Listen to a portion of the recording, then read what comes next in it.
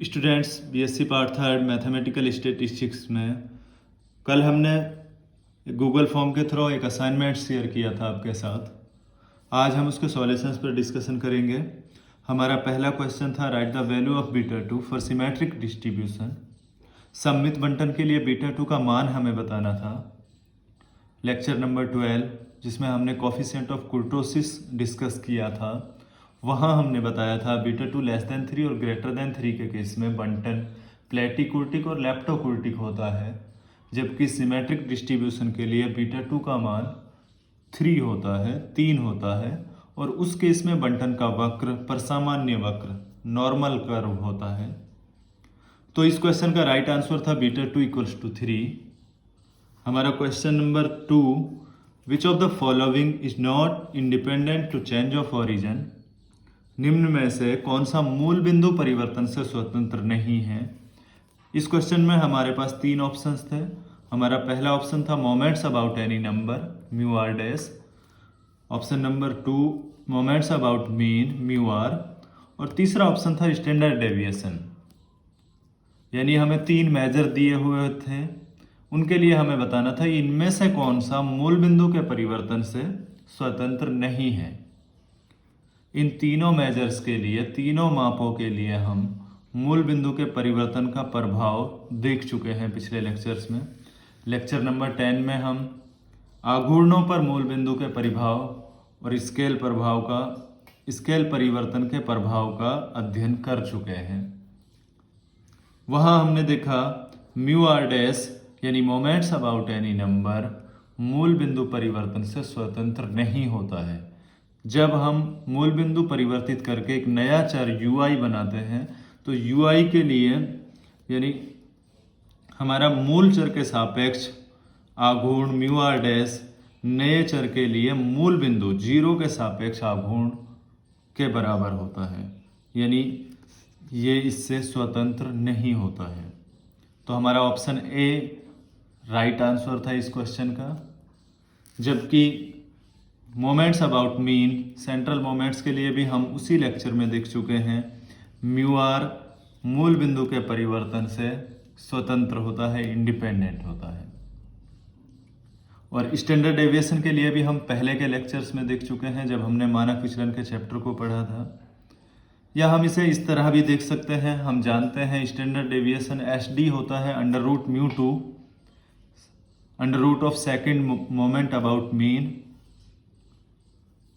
तो ये भी मूल बिंदु परिवर्तन से स्वतंत्र होगा।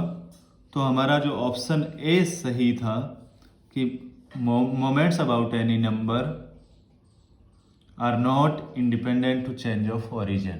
Question number 3, define central moments. केंद्रीय आघूर्ण को परिभाषित कीजिए। लेक्चर नंबर 9 में हम सेंट्रल मोमेंट्स केंद्रीय आघूर्ण को परिभाषित कर चुके हैं। एक बार फिर से हमने यहाँ आपके लिए डेफिनेशन लिख दी है।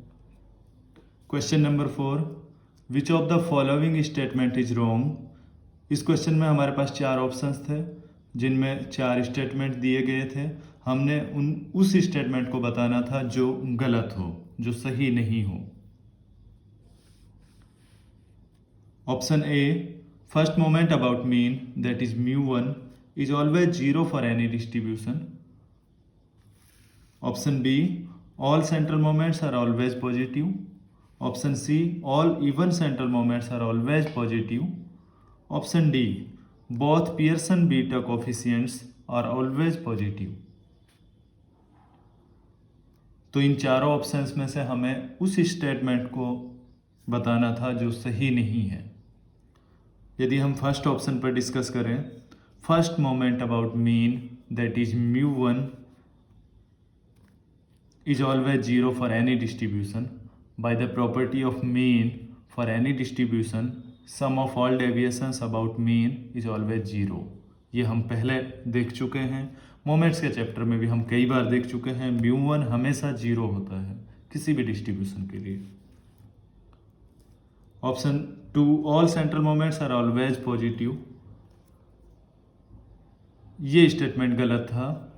यहाँ हम देख चुके हैं μ3 μ5 विषम आघूर्ण, odd moments about mean, odd central moments less than 0 भी हो सकते हैं, जीरो से कम भी हो सकते हैं, नेगेटिव हो सकते हैं। तो ये स्टेटमेंट सही नहीं था इस केस में। इस क्वेश्चन में राइट आंसर था ऑप्शन बी। ऑप्शन सी पर डिस्कस करते हैं। All even central moments are always positive. μ2, μ4, μ6, μ8 even moments about mean are always positive. ये ऑप्शन राइट आंसर था, राइट स्टेटमेंट था, सही स्टेटमेंट था। μ2r इवन मोमेंट्स की डेफिनेशन से हम देख सकते हैं fi xi माइनस एक्स बार की होल पावर 2r, तो ये हमेशा पॉजिटिव होगा, यानी विचलनों की सम घात होने पर इवन पावर होने के कारण ये सम हो पॉजिटिव होगा हमेशा। Option number 4, both Pearson beta coefficients are always positive. इस ऑप्शन में एक छोटा सा एरर था, यहाँ पे पॉजिटिव वर्ड को हम नॉन नेगेटिव वर्ड से चेंज करते थे, यानी ऋणात्मक, क्योंकि हम देख चुके हैं बीटा 1 जीरो भी हो सकता है। μ3 जब जीरो हो तो उस केस में बीटा 1 जीरो हो सकता है। हाँ, बीटा 2 ऑलवेज पॉजिटिव होता है, ये ठीक है। बीटा 1 का मान जीरो भी हो सकता है और पॉजिटिव होगा ये हमेशा। डेफिनेशन से क्लियर है, μ3 स्क्वायर अपॉन μ2 क्यूब, तो बीटा 1 हमेशा पॉजिटिव होगा। जबकि बीटा 2 तो μ4 और μ2 के रेशियो होता है, और μ4 और μ2 दोनों इवन मोमेंट्स हैं, यानी दोनों पॉजिटिव हैं, तो बीटा 2 पॉजिटिव होगा। तो option B, all central moments are always positive, ये स्टेटमेंट रॉन्ग था, यानी इस क्वेश्चन का ये आंसर सही था। ऑप्शन बी राइट है। हमारा last question, find first 4 moments about A and about mean of the series. इस क्वेश्चन में हमें एक इंडिविजुअल डिस्ट्रीब्यूशन दिया हुआ है, यानी चर के सभी मानों की बारंबारता 1 है। इसके लिए हमें ए के सापेक्ष आघूर्ण और इस सीरीज के माध्य के सापेक्ष पहले 4 आघूर्ण के मान ज्ञात करने हैं। ए के सापेक्ष आघूर्ण निकालने के लिए हम ए से विचलन लेकर, चर के मानों का ए से विचलन लेकर एक सारणी बनाते हैं। μ1 dash, μ2 dash, μr dash moments about A, moments about any number, किसी संख्या के सापेक्ष आघूर्ण की परिभाषा से हम जानते हैं μ1 डैश डिफाइन होता है, यहाँ capital N equals to small n होगा, चर के मानों की संख्या। μ1 dash equals to 1 upon small n, और इस कॉलम की सारी एंट्रीज का सम। b कॉमन लेने पर μ1 डैश के लिए ये एक्सप्रेशन होगा b upon small n, 1 plus 2 plus n minus 1, यानी sum of first n minus 1 natural numbers. Formula हम जानते हैं, sum of first n natural numbers के लिए n इंटू n प्लस 1/2। यहाँ फार्मूला लगाएंगे, μ1 डैश हो जाएगा n minus 1/2 into B, solve करने के बाद। इसी तरह से μ2 dash second moment about A define करेंगे, ये डेफिनेशन होती है। μ2 डैश के लिए ये एक्सप्रेशन होगा, बी स्क्वायर कॉमन आ जाएगा। μ2 डैश के लिए हमने सेकंड कॉलम की एंट्रीज का सम किया है। इसी तरह से μ3 डैश के लिए थर्ड कॉलम की एंट्रीज का सम करेंगे, और μ4 डैश के लिए फोर्थ कॉलम की एंट्रीज का सम करके स्मॉल n से डिवाइड कर देंगे। तो μ2 डैश ये एक्सप्रेशन हुआ b square upon small n, 1 square plus 2 square plus n minus 1 का स्क्वायर। इसके लिए भी हम अर्थमेटिक से फॉर्मूला जानते हैं, ये फॉर्मूला होता है sum of squares of first n natural numbers का। तो यहाँ μ2 डैश का मान आया n minus 1 into 2n minus 1 upon 6 into B square. इसी तरह से μ3 dash third moment about A, μ3 dash के लिए ये एक्सप्रेशन होगा, इसका फॉर्मूला भी हम जानते हैं, μ3 डैश होगा b cube upon small n into n minus 1/2 का whole square, sum of cubes for n minus 1 natural numbers. First n minus 1 natural numbers के लिए क्यूब का फॉर्मूला ये होता है, म्यू 3 डैश ये हो जाएगा। Third moment about small A, mu 4 dash fourth moment about A. Definition, ये एक्सप्रेशन होगा, फोर्थ कॉलम की सभी एंट्रीज का सम लिया है।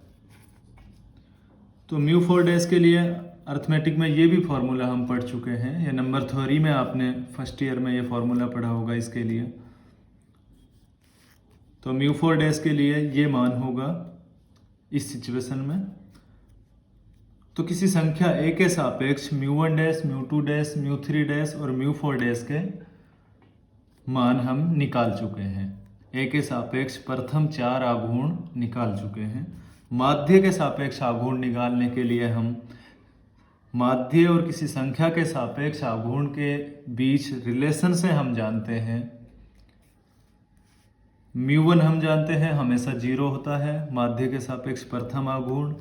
Mu 2 second moment about mean, माध्य के सापेक्ष दूसरा आघूर्ण किसी संख्या के सापेक्ष आघूर्णों से इस तरह से संबंधित होता है, mu 2 dash minus mu 1 dash square. तो हल करेंगे तो म्यू 2 का मान n square minus 1/12 b square होगा। इसी तरह से म्यू 3 जब हल करेंगे रिलेशन लगाएंगे तो म्यू 3 का मान 0 होगा और म्यू 4 का मान 1/240 into n square minus 1 3n square minus 7 into b की पावर 4। माध्य के सापेक्ष प्रथम 4 आघूर्ण के मान ये होंगे।